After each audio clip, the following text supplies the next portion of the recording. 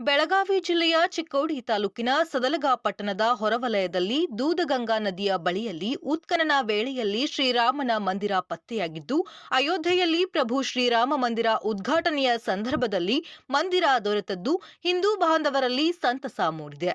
ನೂರಾರು ವರ್ಷಗಳ ಹಿಂದೆ ಈ ಜಾಗೆಯಲ್ಲಿ ಶ್ರೀರಾಮನ ಮಂದಿರ ಇತ್ತು ಎಂದು ಹಿರಿಯರು ಹೇಳುತ್ತಿದ್ದರಂತೆ. ಹೀಗಾಗಿ ಜೆಸಿಬಿಯಿಂದ ನದಿ ತೀರದಲ್ಲಿ ಉತ್ಖನನ ಮಾಡುವಾಗ ರಾಮ ಮಂದಿರ ದೊರೆತದ್ದರಿಂದ ನೂರಾರು ಜನರು ಮಂದಿರಕ್ಕೆ ಭೇಟಿ ನೀಡಿ ನಮಿಸುತ್ತಿರುವ ದೃಶ್ಯ ಕಂಡುಬಂದಿದೆ.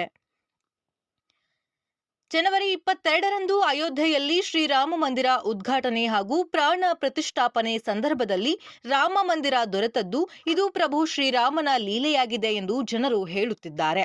ನೂರಾರು ವರ್ಷಗಳ ಹಿಂದೆ ಅತಿವೃಷ್ಟಿ ಆದಂತಹ ಸಂದರ್ಭದಲ್ಲಿ ಶ್ರೀರಾಮ ಮಂದಿರ ನೆಲದಾಳದಲ್ಲಿ ಹುದುಗಿ ಹೋಗಿದೆ ಎಂದು ಹಿರಿಯರು ಹೇಳುತ್ತಿದ್ದರು.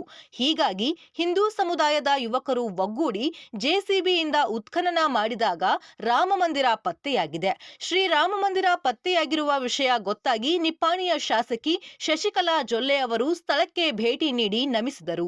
ಸ್ಥಳೀಯ ಮಹಿಳೆಯರೊಂದಿಗೆ ಸೇರಿ ಶ್ರೀರಾಮನ ಕುರಿತಾದ ಹಾಡುಗಳನ್ನ ಹಾಡಿ ಭಕ್ತಿ ಭಾವ ಮೆರೆದರು. ಮಂದಿರ ಪತ್ತೆಯಾದ ವಿಷಯ ಗೊತ್ತಾಗಿ ಸದಲಗಾ ಪಟ್ಟಣ ಸೇರಿದಂತೆ ಸುತ್ತಮುತ್ತಲಿನ ಜನರು ತಂಡೋಪತಂಡವಾಗಿ ರಾಮ ಮಂದಿರಕ್ಕೆ ಭೇಟಿ ನೀಡುತ್ತಿದ್ದಾರೆ.